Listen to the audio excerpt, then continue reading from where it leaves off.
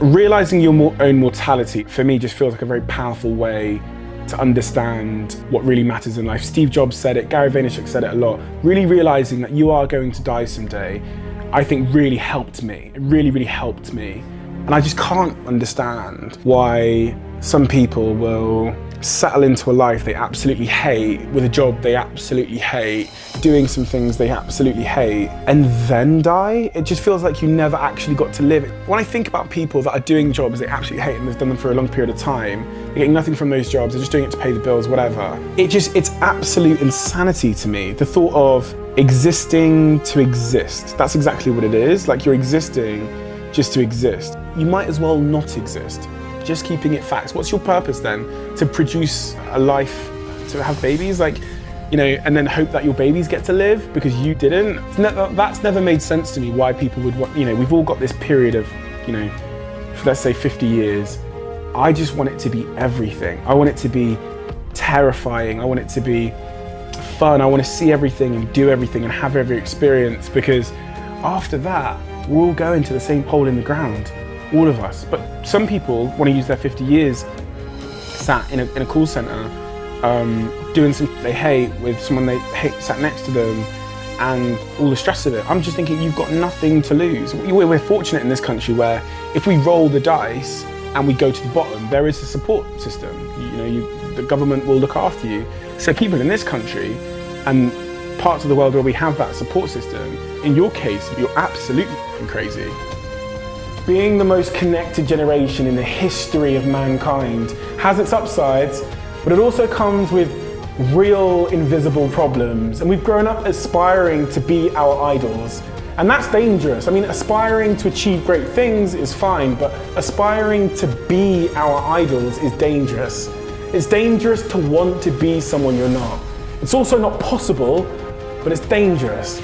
And social media has glamorized the lives of a few, and we get to see their nice cars and their holidays and their wonderful lifestyle, and we want that. But we don't see the years and years of hustle, the pain, the sacrifice, the natural talent they had, the innate passion for their craft, the incredible details Steve Jobs saw the world in, or the unbelievable hardship that Richard Branson went through to get there. We don't see that. We just see the destination, and we want that. But most of us don't have and aren't willing to give what it takes to fulfill that journey, because it's not our journey, it's theirs. You're not passionate about typography or art or design, but you want to be Steve Jobs. You're not Steve Jobs, you're you. We are the generation that has confused admiration with aspiration, and we'll never find our own happiness until we accept that we can't have anyone else's life but our own. And if we realize this and focus on our own, then our life will be more than enough. You know, young men want to be Mark Zuckerberg because they admire him. But the crazy irony is we admire him because his life was unlike others. He didn't try to be like others. So if you want to be Mark Zuckerberg, it's time to stop trying to be Mark Zuckerberg, because you'll never achieve your personal greatness.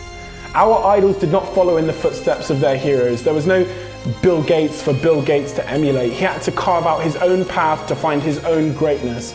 Each of our idols have uniqueness as their power. They had the conviction to disagree, the confidence to persevere, and the braveness to go against the status quo instead of embracing it. You know, we celebrate their individuality and their lack of conformity, and the audacity of their strong beliefs that black was equal to white, or their vision for a pocket computer, or a more connected world, or a driverless car, or a personal spaceship that could go to Mars. These ideas could only come from people who did not follow in the footsteps of others. So my advice to my generation is, don't aspire to be your hero. Stop trying to mimic what you see them doing. Strive to be yourself.